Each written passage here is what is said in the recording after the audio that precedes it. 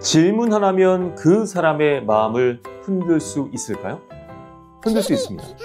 여러 가지 실험들이 있습니다만 오늘은 심리학자 아서 아론이 이야기한 사랑에 빠지는 36가지 질문을 바탕으로 해서 질문을 통해 상대방을 어떻게 설레게 만드는지, 그 사람과의 관계를 어떻게 깊게 만드는지 알아보도록 하겠습니다. 하트 페어링에도 다양한 질문 기법들이 나오는데 중간중간에 설명을 드리도록 할게요. 그러니까 잘 묻는 것은 결국에는 그 사람의 마음을 열고 관계를 깊게 만드는 기술입니다. 대화를 잘한다는 것은 다시 말해 질문을 잘하는 것이죠. 심리학자 아서 아론은 36가지 질문을 던진 이후에 서로 간에 진심으로 대답을 하고 4분간 응시를 하면 사랑에 빠진다. 사랑에 빠질 확률이 급격히 올라간다고 중요합니다. 그 중에서 핵심적인 2가지 방법을 설명드리도록 하겠습니다. 첫 번째는 단계적으로 질문하는 것이 중요해요. 경험을 공유하고 그 다음에 감정에 대해서 물어보고 가치관을 공유하는 거죠. 여행을 갔다 온 친구에게 1단계 경험을 공유하는 것. 최근 여행지 중에서 좀 기억 남는 데 있어? 이번에 가서 어느 지역을 갔다 온 거야? 경험에 대한 것들을 물어보는 것이고요. 2번째는 감정 질문. 그 여행에서 가장 좋았던 순간, 감동했던 순간, 설렜던 순간이 어떤 것이야? 3번째, 가치관 질문이죠. 그러면 너는 여행을 자주 다니는데 여행에서 가장 중요한 것이 무엇이라고 생각이 되니? 경험, 감정, 가치관이죠. 이게 아서 아론이 중요한 심리학적 베이스, 커뮤니케이션 베이스로 깊게 다가가는 겁니다. 놀랍게도 지민이가 이런 방법을 썼던 거죠.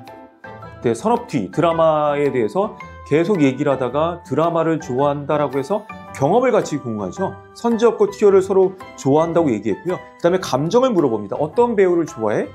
어떤 스타일을 좋아해? 라고 물어본 다음에 거기 남자에 대한 얘기가 나오면서 특정 인물보다는 순해보라는 걸 물어봅니다. 그리고 지민이가 훅 들어가죠.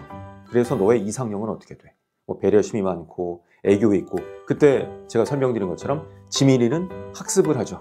그러니까 대화의 단계로 봤을 때 기본적으로 같은 경험에 대해서 물어보고 그 경험이 갖는 감정, 그 다음 단계로 가치관까지 부드럽게 물어본다면 서로 간의 관계를 알아갈 수 있고 깊어질 수가 있습니다. 2번째, 감정 트리거 질문, 감정 촉발 질문입니다. 그러니까 단순하게 너 뭐 좋아해? 취향 질문보다는 감정을 묻는 질문이 훨씬 더 효과적일 수 있다는 겁니다. 볼까요? 어떤 걸 좋아하세요? 보다는 어느 순간에 제일 설레세요? 상대가 어떤 말을 하면 마음이 움직여요? 이런 질문들이 기억에 남는 것이죠. 단순하게 뭐 좋아하세요? 뭐가 편하십니까? 이거보다는 설렌다라는 표현, 마음이 움직인다라는 표현들을 통해서 스스로 한 번 더 생각하잖아요. 그냥 뭐 좋아하시면 이거 좋아해요. 근데 그거를 좋아하는 걸 하실 때 어떤 부분이 가장 떨리고 긴장되고 설레세요? 라고 한 번 더 물어보면 그 사람은 뭐가 되죠? 그 경험을 다시 한번 복귀합니다. 그리고 그 떨림이 왔고 그 떨림을 통해 대답하면서 이 남자가, 이 여자가 매력적이라면 그게 또 전이가 될 수 있다는 거죠.